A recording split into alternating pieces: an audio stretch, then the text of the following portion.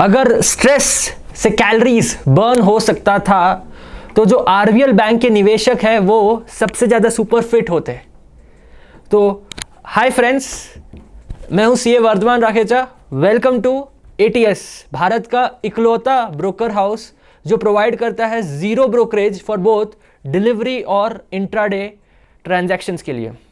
तो आज का वीडियो है आरबीएल बैंक के बारे में, जिसको अगला एचडीएफसी बैंक बोला जा रहा था, लेकिन अभी वो काफ़ी चुनौतियों का सामना कर रहा है और अब उसे अगला येस बैंक तक डाउट किया जा सकता है कि वो अगला येस बैंक बनेगा, वो डाउट किया जा रहा है। तो आरबीएल बैंक, जिसको पहले रत्नाकर बैंक कहा जाता था, वो अपना शेयर बाजार में इशू किया था 225 रुपये में महज 2016 में, और सिर्फ 3 सालों के अंदर वो अपना उच्चतम स्तर 716 को छू लिया था और वहाँ से वो गिरकर ऑलमोस्ट 85 रुपीज़ तक गिर गया था और 87% तक वो करेक्ट हो गया था।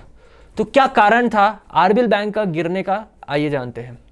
तो पहला कारण है कि आरबीएल बैंक ने बहुत ज़्यादा अनसिक्योर्ड लोन दिया हुआ है। ऑलमोस्ट 43% आरबीएल बैंक का जो लोन है वो टुवर्ड्स जैसे कि स्मॉल बिजनेसेस को लोन दिया हुआ है, माइक्रो फाइनेंस लेंडिंग, इन सब को दिया हुआ है, और जो कि बहुत ज़्यादा है व्हेन कंपेयर टू उसके दूसरे जो पीयर कंपनीज है। ज़्यादातर जो पीयर कंपनीज है उन्होंने सिक्योर्ड लोन दिया हुआ है, जैसे कि हाउसिंग लोन।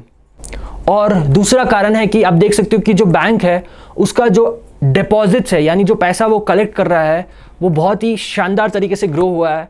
पिछले 2 सालों में वो 2020 में 57 लाख था, वहाँ से वो 2022 में ऑलमोस्ट 78 लाख तक ग्रो हो गया था, यानी कि जंप ऑफ ऑलमोस्ट 38%। लेकिन आप करस्पॉन्डिंगली एडवांसेस को देखो तो वो महज 57 लाख से 60 लाख, यानी कि अप्रॉक्सीमेटली 3% ही इंक्रीज हुआ है। इसका मतलब है कि बैंक को पैसा आ रहा है, लेकिन बैंक जो है उस पैसों को दे नहीं पा रहा है। इसका मतलब वो यूटिलाइज नहीं कर पा रहा है जो उसके पास पैसा है, और उसके कारण बैंक का जो लिक्विडिटी कवरेज रेशियो है वो भी बहुत ऊपर हो गया है, 138%। तो इसलिए बैंक को यहाँ पर ध्यान देने की ज़रूरत है। और तीसरा कारण है कि जो आरबीएल बैंक है उसने अपना सिक्का जमाया विश्ववीर आहूजा के पीरियड के दौरान। विश्ववीर आहूजा सर ने आरबीएल बैंक का नेतृत्व संभाला 2010 से, और 2010 से 2021 में आरबीएल बैंक का जो एडवांसेस है वो ग्रो हो गया 1900 करोड़ से 60,000 करोड़, यानी कि करीब करीब 30 टाइम। और नेट प्रॉफिट भी ग्रो हुआ है almost 42 times during the same time. और इसी पीरियड में आरबीएल बैंक को बहुत ही ज़्यादा रिकॉग्निशन मिला, उसको फास्टेस्ट ग्रोइंग बैंक मिला, मोस्ट इनोवेटिव बैंक, ऐसे सारे अवार्ड्स भी मिले। लेकिन जैसे ही आरबीएल बैंक के एसेट क्वालिटी के बारे में सवाल उठने लगे, उसी समय विश्ववीर आहूजा, जो कि आरबीएल बैंक का सिनोनिम माना जाता है, क्योंकि विश्ववीर आहूजा सर ही है जिन्होंने रत्नाकर बैंक को आरबीएल बैंक बनाया, उन्होंने अपना इस्तीफा दे दिया और उसके कारण आरबीएल बैंक सिर्फ एक दिन में 20% तक लुढ़क गया। इसके बाद आरबीएल बैंक का नेतृत्व संभाला आर सुब्रमण्य कुमार, जिनको आरबीआई ने अपॉइंट किया।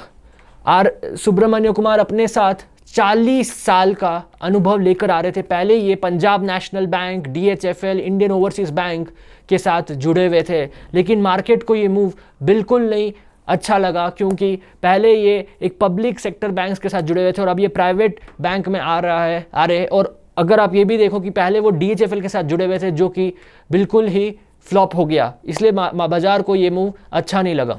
तो अब आइए कंपेयर करते हैं आरबीएल बैंक का जो वर्स्ट पीरियड से बेस्ट पीरियड का, क्योंकि 2019 में आरबीएल बैंक का अच्छा पीरियड चल रहा था, उसको कंपेयर करते अभी जो 2022 में जो आरबीएल बैंक का वर्स्ट पीरियड चल रहा है, जिसके कारण स्टॉक की काफ़ी पिटाई हुई है। तो अगर पहला पैरामीटर को देखें, नेट इंटरेस्ट मार्जिन, मतलब जो बैंक क्या रेट पे लोन लेता है और क्या रेट पे लोन देता है, वो अभी जो है 4.14% से 4.16% तक बढ़ गया है। इसका मतलब है कि ठीक ही है ये। उसके बाद अगर आप देखें कि जो दूसरे पैरामीटर्स है, जीएनपीए और एनएनपीए को देखो तो जो है वो बढ़ गया है टू 4.4% और 1.3%, जो कि खराब है, लेकिन फिर भी वो ठीक है।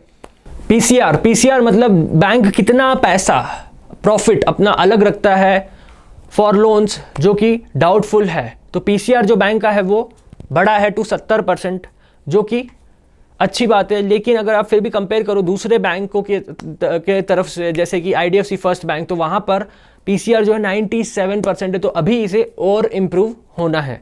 उसके बाद आप अगर कासा रेशियो देखो तो बैंक का कासा रेशियो जो है बढ़िया है, 35% है, लेकिन आप अगर देखो तो बैंक जो है सेविंग अकाउंट पे भी 6% ब्याज दर देता है।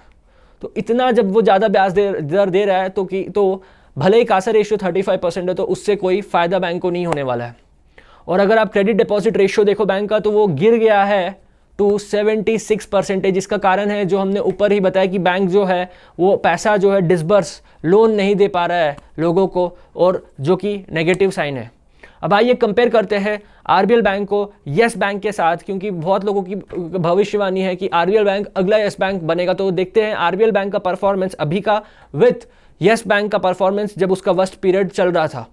तो अगर आप नेट इंटरेस्ट मार्जिन देखो तो RBL बैंक का जो है वो येस बैंक से बेहतर है। येस बैंक का 2.2% था और RBL बैंक का जो है ऑलमोस्ट 4.16% है।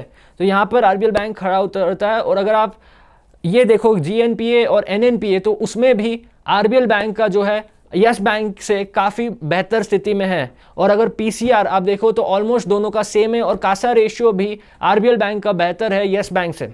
तो इसका मतलब साफ है कि RBL बैंक भले ही क्राइसिस में हो इस समय, लेकिन उतने बड़ी प्रॉब्लम में नहीं है जितना येस बैंक उस समय में था। इसलिए अगर आपको लेना है RBL बैंक तो आप थोड़ी क्वांटिटी में ले सकते हो इसको, लेकिन हम आपको बोलेंगे कि आप अगर अवॉइड करो तो बेहतर है, क्योंकि इस समय बाजार में और अच्छे अपॉर्चुनिटीज़ अवेलेबल है। तो अगर आप RBL बैंक का टारगेट प्राइस देखना चाहते हो तो हमारा रिसर्च रिपोर्ट नीचे है डिस्क्रिप्शन बॉक्स में, वो आप देख सकते हो। और येस बैंक का भी जो वीडियो है वो भी आपको डिस्क्रिप्शन में नीचे मिल जाएगा। तो अगर आपको हमारा वीडियो अच्छा लगा हो तो इसे लाइक, शेयर और सब्सक्राइब कीजिएगा हमारे चैनल को, ATS चैनल को, और बेल आइकन को हिट कीजिएगा। Thank you.